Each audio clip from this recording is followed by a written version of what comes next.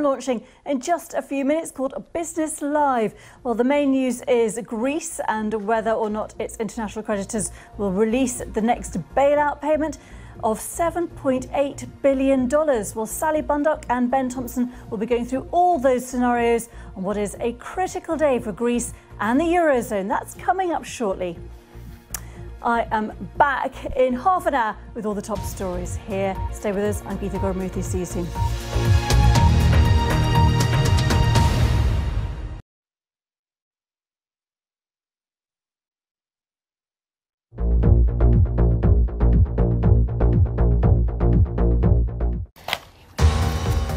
Hello, this is Business Live from the BBC with Sally Bundock and Ben Thompson.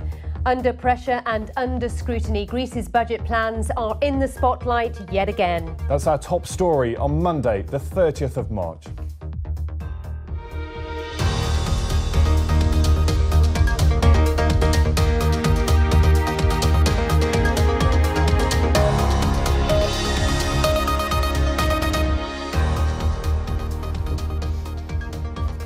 Another tense day for the Greek Prime Minister Alexis Tsipras. Will Europe's lenders accept his new economic plan?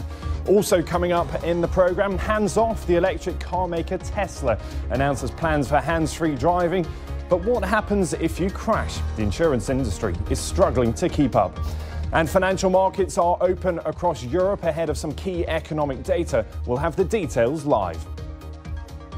And we'll be getting the inside track on a woman who's made history. Kathy Engelbert is the chief executive of Deloitte, the first female boss of one of the US's largest consulting and accounting firms. And wherever you are, even on the move, there is full coverage on the business day on the BBC's Business Live page.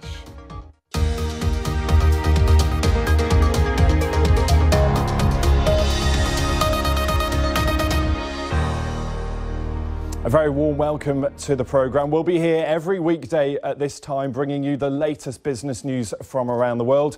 Crucially, of course, we'll also find out what it means for you. And let us know what you think about the show or the stories we're covering. We'd love to hear from you.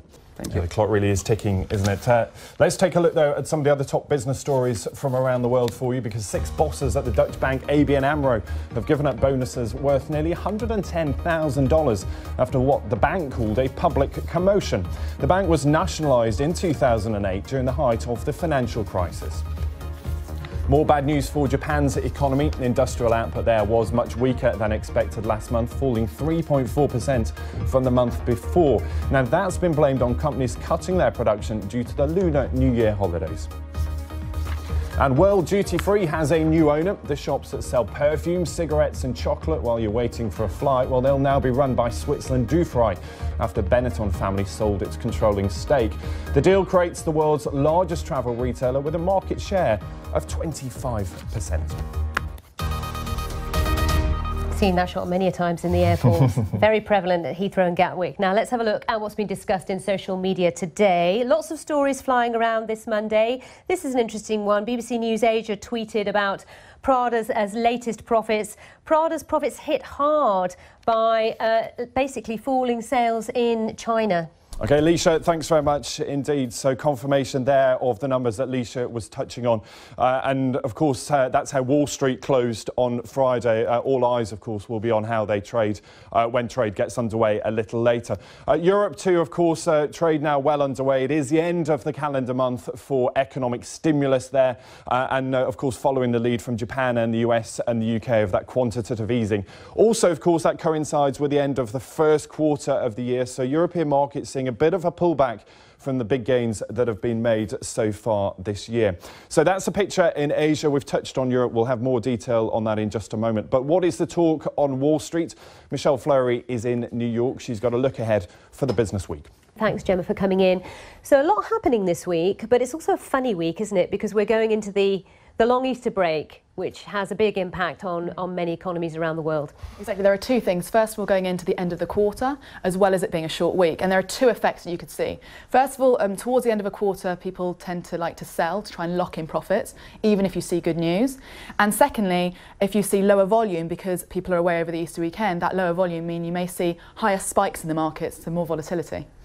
And the concern, of course, when you look at that volatility is what it's based on and whether there are the underlying fundamentals of the market are working or whether it's based on just ending an order book at the end of the quarter. And I touched on it there when we talked about the markets. The first full month of QE from Europe, we saw some big spikes. Still to come, though, what it takes to manage 70,000 staff. We'll hear from the first female boss of one of America's largest accounting firms. You are watching Business Live from BBC News.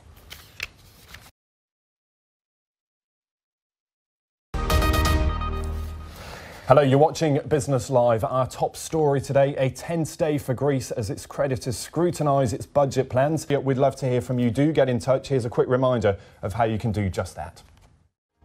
The Business Live webpage is where you can stay ahead with all the day's breaking business news. We'll keep you up to date with all the latest details, with insight and analysis from the BBC's team of editors right around the world. And we want to hear from you too. Get involved on the BBC Business Live webpage at bbc.com/business. Or on Twitter, we're at BBC Business. And you can find us on Facebook at BBC Business News. Business Live on TV and online whenever you need to know. So do get in touch. Yeah, that is it, sadly, for Business Live from today. More business news throughout the day, of course, on BBC World News. Shall we do it again tomorrow? I think so. Same time, same place. If you can, please join us. But stay with us here on BBC World News. Lots of business news still to come.